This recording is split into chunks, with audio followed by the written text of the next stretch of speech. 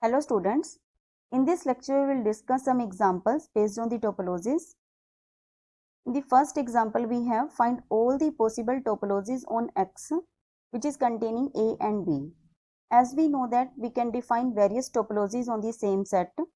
So here also we can define more than one topology on the given set X, and we can define two trivial topologies on each set that are tau I in discrete topology and tau D, that is discrete topology.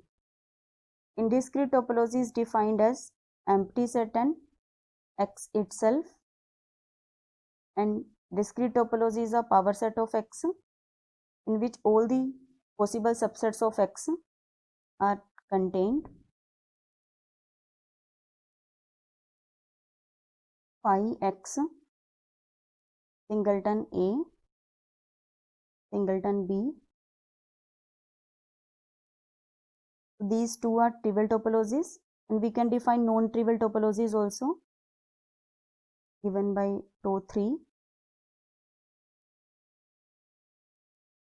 We will take phi and X as it is required by the definition of the topology, and we will take singleton set A. Here tau 3 satisfy all the three conditions of the topology.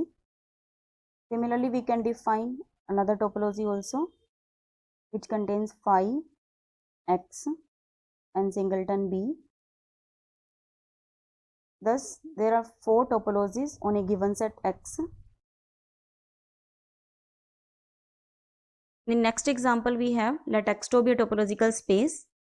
Check whether the following spaces are topological spaces or not. Let us check for the first part. X is a set here which is containing A, B and C, and tau is a collection of some subsets of X. As phi and X belongs to tau, so it satisfies the first property. And second property is if we take intersections of finite members of tau, that should also belongs to tau. So if we take intersection of phi with any of these members, that is phi only, so belongs to tau. And if we take X intersection with A, that is A only, so belongs to tau. X intersection with AC, that is AC, so belongs to tau. If we take A intersection with AC, it is A, so belongs to tau. So if we take intersections of all these members, our set is finite, so all these intersection will be finite here, like X intersection with AC intersection with A, that is A only, so belongs to tau. So second property is satisfied. If we take union of these members, X union with A, it is X only, so belongs to tau. X union with AC, it is X only, so belongs to tau. A union with AC, it is AC, so belongs to tau. So if we take union of X, A and AC, that is X only, so belongs to tau. So it satisfies this property also. So X tau is a topological space. So check for the second part. X is a set here and tau is a collection of some subsets of X. As phi and X belongs to tau, and second property is an intersection property. If we take 1 2 intersection with the 2 3, it is 2 but does not belongs to this 2. So this space is not a topological space. Now let us check for the third part.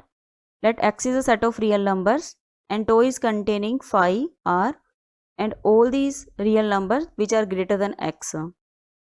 So if we take real 9 and take X here, then these numbers are belongs to tau.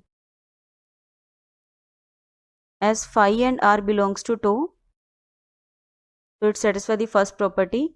Now to prove the second property, that is the intersection property, take xy belongs to R, then x infinity and y infinity belongs to tau. Take its intersection, then we will get three cases. If x is less than y, x is greater than y, and x is equal to y. If x is less than y, means y is here, then intersections of these two will be y to infinity. If we take x greater than y, then its intersection will be x to infinity. And if x is equal to y, then we can take any of these, x infinity. So these belongs to tau. It satisfies the second property. Now to prove the third property, let us take arbitrary collections belongs to tau. Then we need to prove that its arbitrary union should also belongs to tau, where lambda belongs to some indexing set, where this indexing set is contained in R.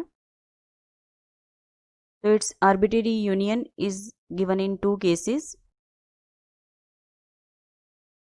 If this indexing set is equal to R, then it means we are taking union of all the members of R. It will gives you R. If this indexing set is strictly contained in R, then we are taking union of some members of R. In this case, we have to define U, that is a least upper bound of all the lambdas that we are taking from the indexing set. So that will gives you A U. So in both these cases, this belongs to tau. So third property is also satisfied. Thus, this X with this tau is a topological space, and this topological space is also called a left ray topological space. Now in the next example, if X is a set here and tau 1 and tau 2, these are two topologies on X, then find the smallest topology containing tau 1 and tau 2 and the largest topology that is contained in tau 1 and tau 2.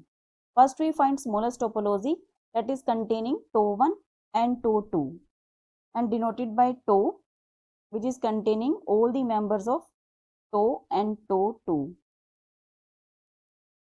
Phi x singleton A, B, and from tau 2 we can write BC. This tau should be a topology as phi and x belongs to tau, so it satisfies the first property. And second property, finite intersections of members of tau should also belongs to the tau. So here if we take intersection of x with all these members, this belongs to tau. And if we take intersections of A and B, it is A belongs to tau. So if we take intersections of these two, it is B. So we can write B here. So B belongs to tau. So if we take arbitrary union of each members of tau, it is also belongs to tau. So this tau is a topology, that is the smallest topology containing tau 1 and tau 2. Remember, it is not a smallest topology on X because it is a indiscrete topology, that is the smallest in all topology. Now we find the largest topology denoted by tau star, that is contained in tau 1 and tau 2. So we have to write phi and x,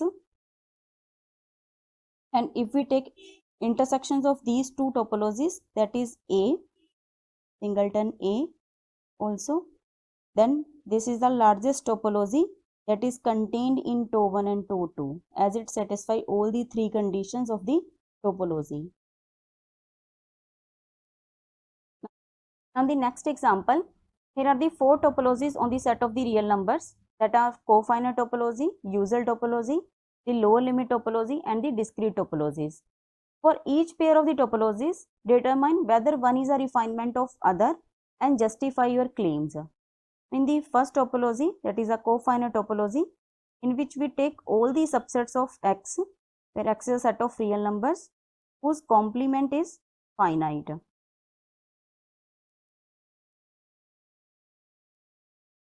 And in the usual topology, we take all the subsets of R. Now for all x belongs to R, there exists a delta greater than 0 such that the open interval x minus delta x plus delta is contained in A and union with phi. Now in the usual topology, all the finite set is closed, so A complement is finite, that implies A complement is closed. And in the usual topological space, if we take complement of a closed set, then it will be open. If we take complement of A complement, that is A again, which is open in the usual topological space.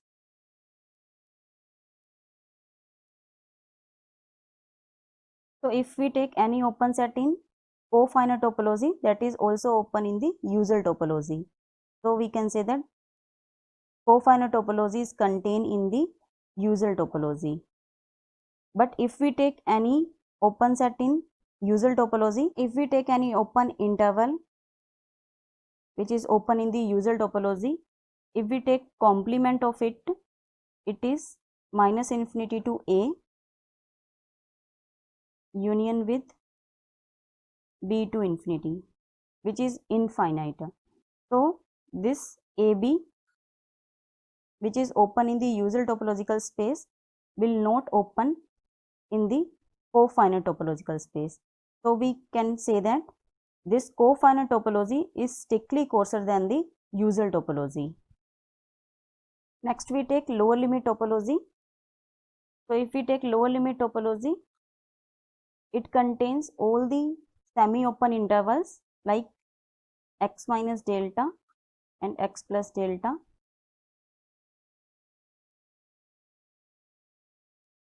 Now in the usual topology, we have all the open intervals, and in the lower limit topology, we have all semi-open intervals. So x minus delta and x plus delta, which is contained in the semi-open interval x minus delta, x plus delta. So we can say that usual topology is strictly coarser than the lower limit topology. So we can say that cofinite topology is coarser than usual topology is strictly coarser than the lower limit topology. Now fourth one is discrete topology. Discrete topology is largest in all topologies because every subset of X is open in this. But if we take any 0, that is singleton set, which is open in TOE D, but it not open in any of these topologies, we can say that cofinite topology is strictly coarser than usual topology. Usual topology is strictly coarser than the lower limit topology. It is strictly coarser than the TOE discrete topology. So here we can compare these topologies. In the next example, we have show that the cofinite topology on a finite set is discrete topology. In the cofinite topology, we know that we take all the collections of the subsets of X whose complement is finite.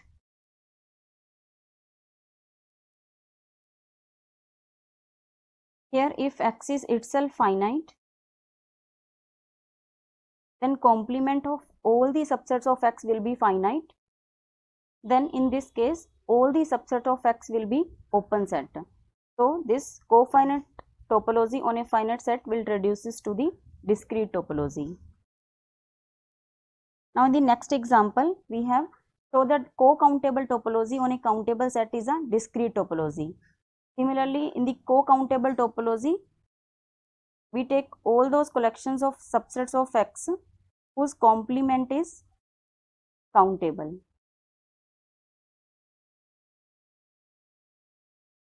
If our X is itself countable, then all the complements of the subsets of X will be countable. So it reduces to the discrete topology. Similarly, if we have a set of natural number here and we define a countable topology on the set of natural number, as we know that set of the natural numbers are the countable, so this topology will reduces to the discrete topology. Now in the next example, show that discrete metric on X induces the discrete topology on X.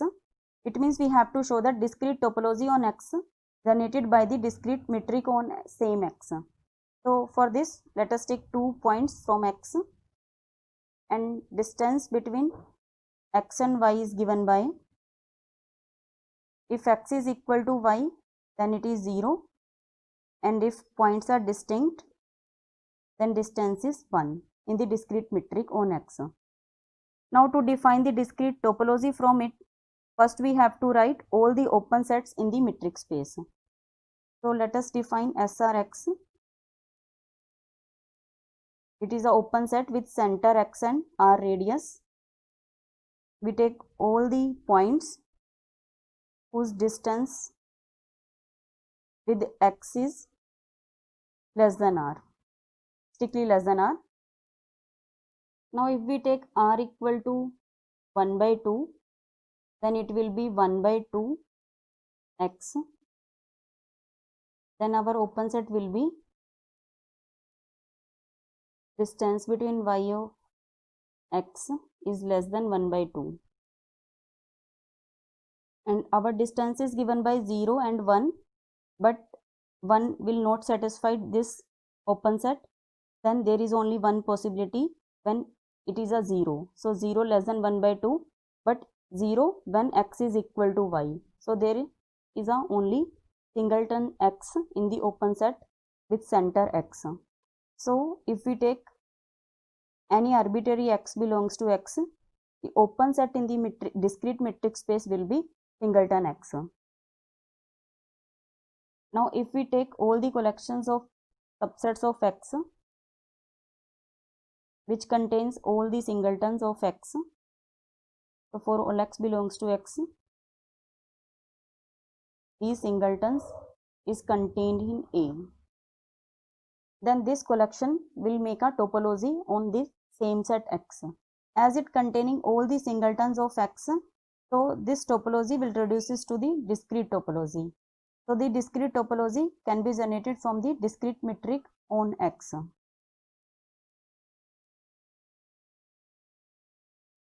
So here we end up our lecture. Hope you understand the concepts of the topology in a better way from these problems. Thank you.